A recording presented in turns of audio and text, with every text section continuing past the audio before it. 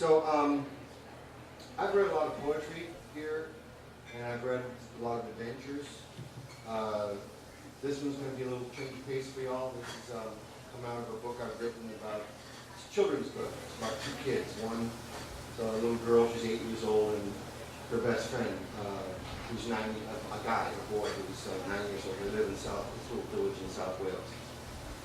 And each chapter is a different adventure that they have together. They have these adventures together. But this in particular is it's a story about the little girl and something that happened between her and her grandma. And it's called The Secret. It's about a 10-minute story. The Secret. Zoe woke up one morning and went downstairs where her mom had placed a nice hot bowl of oatmeal on a checkerboard covered table in the kitchen. Some cinnamon, brown sugar, and raisins, and just a bit of milk later, Zoe slid into her chair and tucked in with her spoon. Paused just long enough to enjoy the aroma. It smelled good, tasted even better, her favorite. After breakfast, Zoe followed her mom around as she tidied this and that, rearranging things here and there. "What's up, Mom?" asked Zoe. "Great Grandma Jenny is coming for a visit," said her mother. "She'll be staying with us for a couple of weeks." "Really?" said Zoe. "Uh-huh," said her mom. "She's coming from clear across the country." "Hot dog," said Zoe. She liked her great-grandma, but hardly ever got to see her because she lives so far away. She always looked very nice and kept her slightly reddish hair short and swept back from her face. She smiled often, especially when she noticed something that reminded her of something or someone that she really liked. She liked to tell Zoe stories about the old days when Grandpa was just a little boy and she was his mom. He used to get in all kinds of trouble, but it always turned out okay in the end. 3 days later, Zoe was standing in the kitchen sink looking out the front window when a big yellow taxi pulled up in front of the house. The driver got out, walked briskly around to the other side and opened the door. A slender and dignified old woman offered him her hand and stepped out into the morning sun. It was great Grandma Jenny.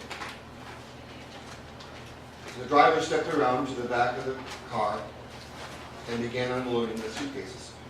Zoe hopped down and dashed around to the front, blasting open the screen door as she hurried down the porch steps. "Great Grandma!" shouted Zoe. She dashed up to Great Grandma Jenny and threw her arms around her in a big hug. Great Grandma Jenny stooped down and hugged her great-granddaughter warmly and gently. "Hello, Zoe," she said. Her voice had a little bit of a crackle in it on account of being over 80 years old. But she was kind and sharp as the day was long. She smiled at Zoe with her eyes and took in her surroundings. "Let's have a look at you." Zoe took a few steps back and turned around a couple of times, showing off the dress she'd put on for just this moment. "What a beauty you are!" exclaimed Great Grandma Jenny. She clapped her hands and then wrapped her arms around Zoe again and held her close, rocking slowly from side to side. There they stood in the morning still warm around them. The sunlight caught hold of something on Great Grandma's finger and gleamed brightly for just a moment. "What's that?" asked Zoe, pointing. "Oh," said Great Grandma Jenny, "that's a ring my grandma gave me a long time ago when I was younger than you are now." "Can I see?"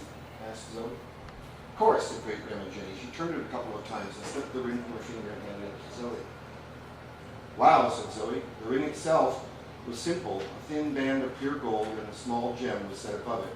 The gem sparkled with a pale purple light. Zoe stared deeply into the heart of the stone, her mouth falling open with wonder. "What is it, a diamond?" "Not a diamond," said Great Grandma Jenny. "An amethyst." "Hammer fist?" said Zoe, looking very puzzled. "Oh, child," laughed Great Grandma Jenny lightly. "Not hammer fist, amethyst. It's a precious stone. It's especially precious to me. It's the only thing I have to remind me of my grandmother." Author's note number 5, precious things. The value of a thing isn't set by its price, but by the heart of the one who treasures it. Zoe slipped the ring on her finger. "Oh, Great Grandma," exclaimed Zoe, "it's so beautiful." She held her hand up and let the sunlight play over the facets of the ring. The gem seemed alive with color, and every so often a stray reflection would dance into Zoe's eyes. She turned it this way and that, admiring it. She thought she'd never ever seen anything more wonderful. "Time to go inside," said Great Grandma Jenny. She held out her hand for her ring. Zoe looked at Great Grandma and then once more at the beautiful thing on her own finger. She really would have liked to hold it longer, much longer. Here you go, said Zoe, slipping the ring from her finger and placing it in Great Grandma's palm. She smiled gleefully and Great Grandma put the ring back on. The two walked hand in hand into the house to join Zoe's mom. Hello, you two, said Zoe's mom. She clearly loved the fact that Zoe and Great Grandma got along so well together. I thought you'd forgotten me entirely. Everybody smiled. No way, said Zoe, and threw her arms around her mom's neck. You are my greatest treasure in all the world, said Zoe's mom. Zoe had heard it 100 times before. She loved hearing it again. All day, Zoe kept thinking about Great Grandma and the ring and the glittering, brilliant rays it cast in the sunlight and how beautiful it looked on her finger. That afternoon, Great Grandma Jenny said she would like a nap, and she headed upstairs to lie down. After a while, Zoe crept upstairs to have a peek at her Great Grandma. She could hear her Great Grandma snoring softly and pushed the door open just a crack to peek in.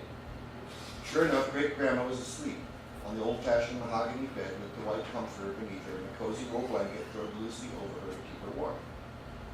Zoe smiled and was about to close the door when she caught sight of something shining from the top of the dresser. It's the amethyst ring, twinkling in a stray bit of afternoon sunlight sneaking through the west window. Oh, how the light sparkled and danced around it. I'll just try it on once more, thought Zoe. She tiptoed very quietly into Great Grandma's room, picked up the ring, and slid it on her finger. So beautiful. Zoe stared and stared at the beautiful glittering object, and then she did something she hadn't expected. She backed quietly out of the room, ring and all, and softly closed the door. She padded down the stairs to her room and sat down in front of the mirror. The ring looked so amazingly beautiful and so elegant on her tiny hand. And what have I done? Thought Zoe. This isn't my ring. This is Great Grandma's ring. Zoe was near panic. I must take it back at once, she thought, but she couldn't. She tried to get up and head upstairs, but she just couldn't move. She sat there not knowing what to do. Finally, she put the ring in her drawer and thought maybe she'd think of what to do in a little while. She lay down in her bed and cried herself to sleep. A couple of hours later, Zoe was awakened by a commotion in the hallway outside her bedroom. She heard her mother and Great Grandmother talking excitedly. It's gone, said Great Grandma Jenny with a quivering voice. I looked everywhere. I just can't find it. It's got to be around here somewhere, said Zoe's mom. We'll find it sooner or later. But it's the only thing I have left of my grandmother's things, cried Great Grandma Jenny. Zoe cracked open her door and saw Great Grandma sitting in the big old sofa chair. Zoe's mom was holding her hand, kneeling beside her. Great Grandma was crying softly, looking straight ahead. Oh, what a loss, she said. Oh no, thought Zoe, I've nearly broken her heart. Zoe hadn't thought of any of this when she took the ring. I'll give it back right now, she thought, but she couldn't.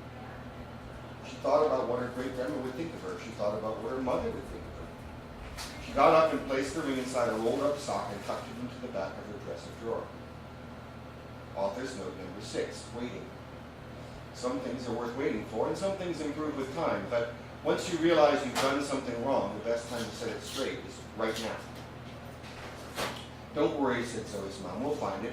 We have to search every nook and cranny. It's got to be around here somewhere. I hope so, said Great Grandma Jenny.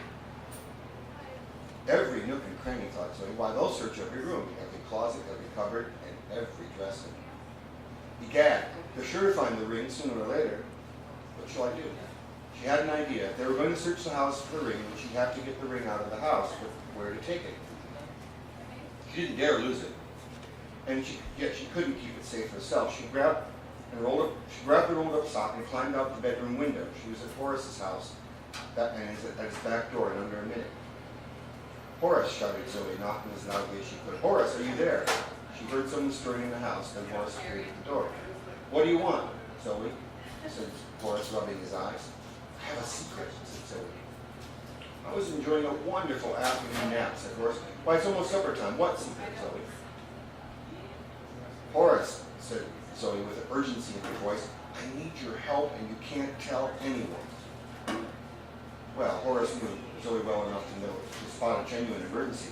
What could possibly have upset her? Come in, said Horace. They crossed the parlor, climbed the stairs, and stepped up into Horace's bedroom, locking the door behind them. Now, said Horace, calm down and tell me what this is all about. Zoe sat on the bed and told Horace everything. When she finished her story, he unrolled the sock and she showed him the ring. "What shall I do?" cried Zoe. "Give it back to her," said Horace. He reached out and took both of Zoe's hands. "Right now." "You could keep it safe for me," said Zoe, "until I find the right moment." "Oh no," said Horace. "Please," said Zoe, "just until tomorrow." Horace looked again at Zoe. She was really desperate. "All right," said Horace finally, "but just until tomorrow." "Thank you," exclaimed Zoe. She handed the ring to Horace, gave him a big hug, and then scampered home for supper. Horace put the ring on the lamp table by his bed and put the matter out of his mind. "It's only just one day," he said to himself. But that night, as he was taking a bath, he heard a sudden exclamation. "What's this?" asked his mom, entering the bathroom. She held up the ring in front of Horace, who just finished drying off and put his pajamas on. "Oh, nothing," said Horace carelessly. He was hoping she'd just let it pass, but he knew better. "Where'd you get this?" asked his mom. "It's very unusual." "Amethyst," said Horace. He was thinking as fast as he could. "I know what it is," said his mom. "Where did it come from?"